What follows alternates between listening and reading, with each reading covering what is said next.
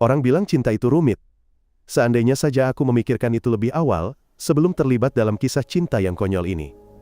Semuanya berawal ketika sahabatku Budi memintaku menulis surat cinta untuk merayu teman gebetannya yang bernama Siti. Begini, aku lumayan jago menulis, dan aku tahu jika ketahuan akan sangat bermasalah, tapi kadang teman sekelasku tetap membayar agar aku mengerjakan tugas rumah mereka, terutama esai.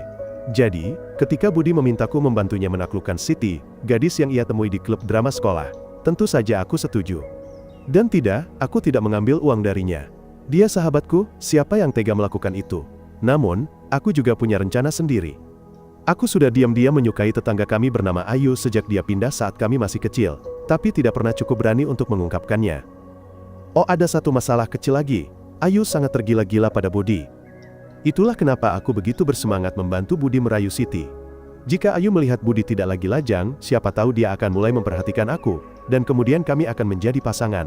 Jadi, aku setuju untuk membantu Budi. Ketika menulis surat pertama, aku hanya memikirkan Ayu dan kata-kata mengalir begitu saja. Rambutnya berkilau di bawah sinar matahari, dan juga bintik lucu di wajahnya. Untungnya, Siti juga punya bintik-bintik. Aku tidak yakin Siti menyukainya atau tidak, tapi keesokan harinya Budi menemukan surat balasan di lokernya. Begitulah, semuanya terus berlanjut. Setiap hari aku menulis surat untuk Budi, dan jelas, Siti semakin jatuh cinta pada sosok yang dia kira adalah Budi. Tapi suatu hari, Budi berlari menemuiku dengan wajah cemas. Dia bilang Siti ingin kencan sungguhan. Dia panik sekali karena mengatakan tidak mungkin, dia bisa berpura-pura secerdas dan selucu di surat-surat itu.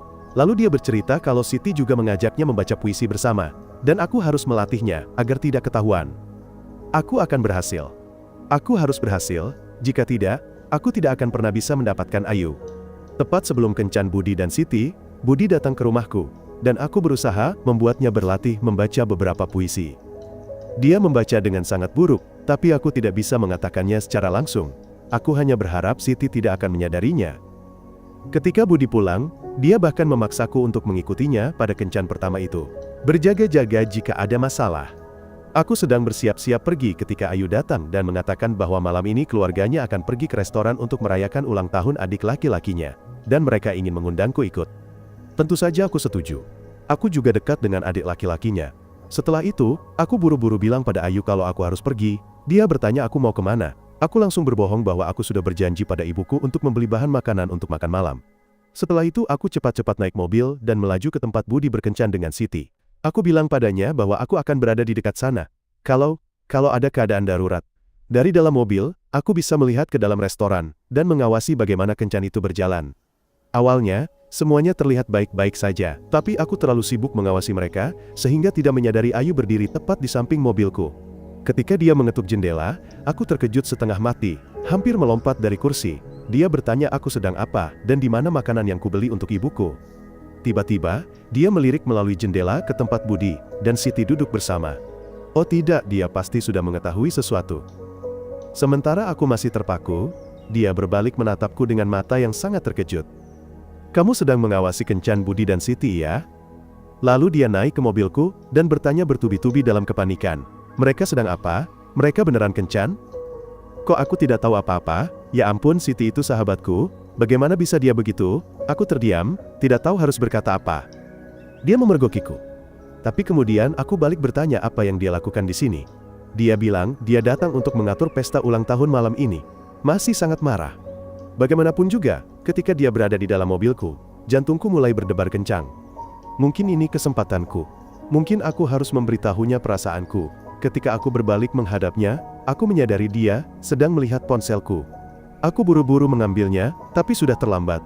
Budi baru saja mengirimiku pesan, dan itu sudah muncul di layar. Tolong, puisi yang kamu tulis di surat terakhir yang mana? Dia hampir mengetahuinya. Sepertinya, Ayu sudah mengerti seluruh ceritanya. Dia melesat keluar dari mobil begitu cepat, sehingga aku tidak bisa menghentikannya. Dia berlari menuju restoran dan langsung ke tempat Siti. Budi baru saja pergi ke kamar kecil jadi dia tidak ada di sana.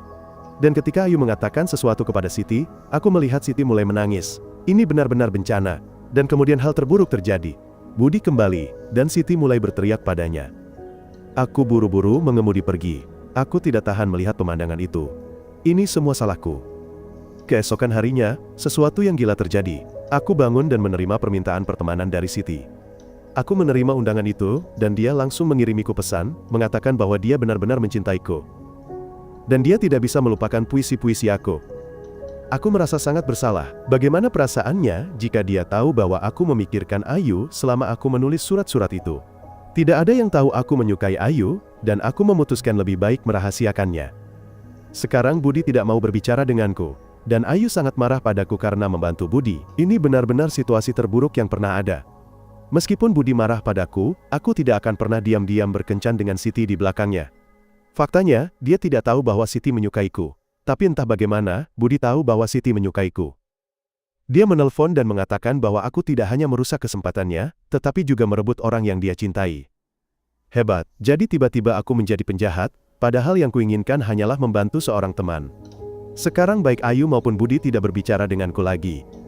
Pada saat yang sama, Siti terus-menerus mengirimiku pesan dan selalu menatapku di sekolah.